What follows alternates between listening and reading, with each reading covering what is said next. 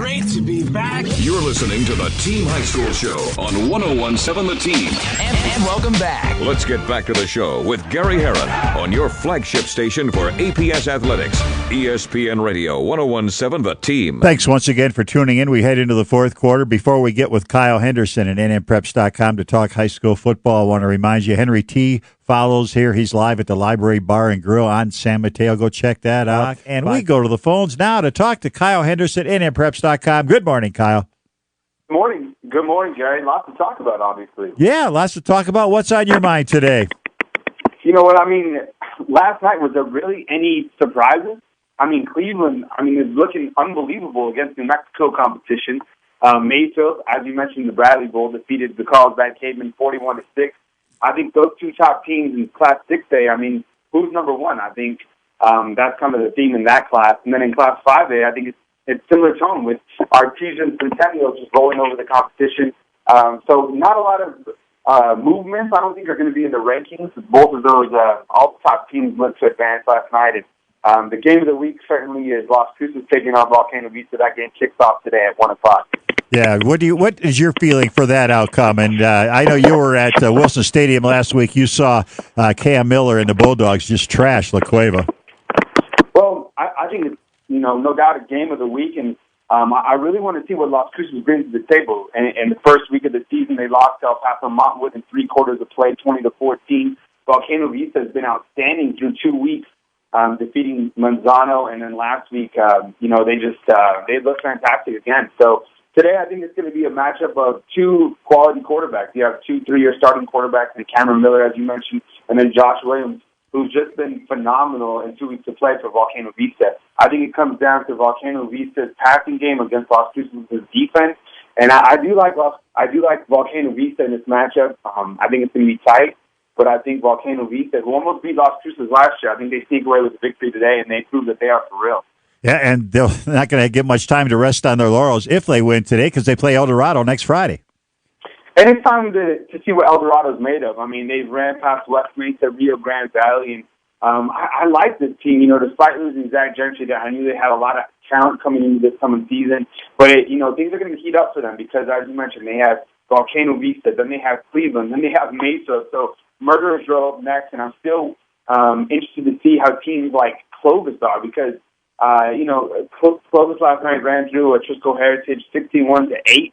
And then in the next couple of weeks, they play Rio Rancho, Cleveland, and Friendship out of Lubbock, Texas. So, we're going to start to see contenders or pretenders, and another one to throw in there is Alamogordo. Next week, they play the Mayfield Trojans in Alamogordo. What do you think of that District 5 6A with Albuquerque High, Atrisco Heritage, which is winless? Albuquerque High is winless. The Valley looks like maybe the best team, but they're winless. Your thoughts? Oh, my goodness. Those guys are struggling, aren't they? It's brutal football. Those guys have been getting blown out, and I know every year a district champ has to make the playoffs, but does one of those teams even warrant a playoff spot? They've just been getting drove week in and week out. I'm not sure what to say.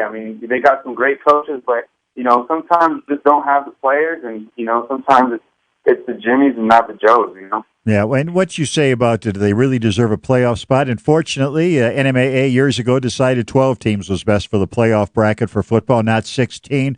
So we already weed out 4 teams that may have made the bracket that won't be in there because of the 12-team bracket.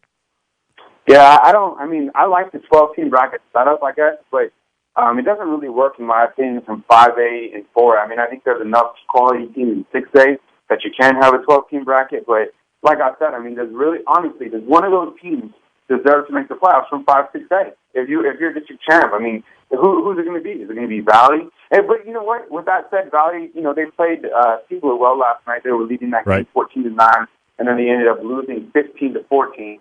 And then if you rewind to last week, Siegler played Clovis 14-6. So maybe Valley is catching a little bit of wind right now, but I still think that district. Obviously they're just struggling. And Carlsbad looks like they're not going to be a player this year. And as we get, obviously we haven't even started district action yet, but it's always easy to weed out the teams won't be in the playoffs. Yeah, Carlsbad, I think they're going to get there. Under Gary Bradley, it's not going to be this year. And one thing with the Carlsbad Cavemen is they always play a tough schedule. And, I wasn't surprised last night that they got blown out by Mesa. And they got a couple games in the next stretch that are very difficult as well, including games against Goddard and Artesia, and then, that includes their district play as well. So they're going to get there. Gary Bradley, he's a proven winner, and he won in Farmington. I mean, who can say they won a state championship in Farmington? And he went up there and did that, in 7 years, and I think eventually he's going to get Carlsbad. Ralph Boyer, he's going to get that place rocking eventually. So last night I wasn't surprised to see Mayfield run right through him. Well, I think Carlsbad's hopes for playoffs, the postseason, kind of fizzled when they added Alamogordo to that district, and Alamogordo's got a really good team this year. They're undefeated. They've scored at least 46 points in each of their games. Alamogordo is led by junior quarterback Kyle Hooper, who's had a big week 3. He threw for over 300 yards last night. Hunter Graham, their senior running back, he scored 5 touchdowns in week 1, scored 3 touchdowns last night. Alamogordo was actually trailing that game early on, 6-0. And then turned it up in the end and won 59-6. As I mentioned earlier, Alamogordo gets their big first step of the season when they host the Mayfield Trojans next Friday night, a game that I'll probably be at.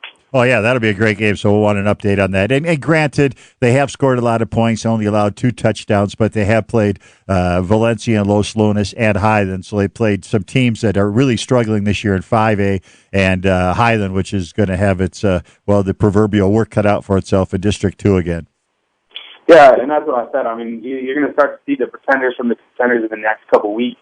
The Hobbs Eagles, despite being 1-2, look at who they've played compared to Alamogordo. I mean, they started with the Mayfield Trojans and Artesia, and, you compare that with Alamogordo, who started out with Valencia and Los Lunas. I mean, who's getting better early in the season? And I think the Hobbs Eagles came out and made their first statement of the season last night, defeating the Roswell Coyotes. So, I think that district is going to be pretty tough, and that includes Hobbs, Clovis, Carlsbad, and Alamogordo. Okay, Kyle, thanks again for joining us. We'll talk to you next week and hopefully hear about that Mayfield-Alamogordo game. That's it for the Team High School Show. Thanks for tuning in today. Thanks to my guests, Scott Galletti, Amber Ashcraft, Kyle Henderson, Dana Pappas. Congratulations again to the Team Student Athlete of the Week, Tatiana Limon. And thanks to all the sponsors. We'll see you next Saturday. Have a good weekend and a great week, everybody.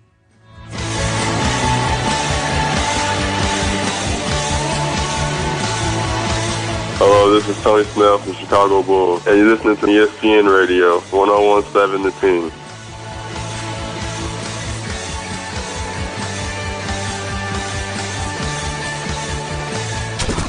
Time to get moving. Thanks for listening to Gary Herron on the Team High School Show, right here on ESPN Radio 1017 The Team. We provide the best coverage of high school sports every week and are proud to be the flagship station for APS athletics. Tune in next Saturday morning from 10 till 11 with Gary Herron, right here on ESPN Radio 1017 The Team. 1017 KQTM Rio Rancho Albuquerque, your hometown radio station.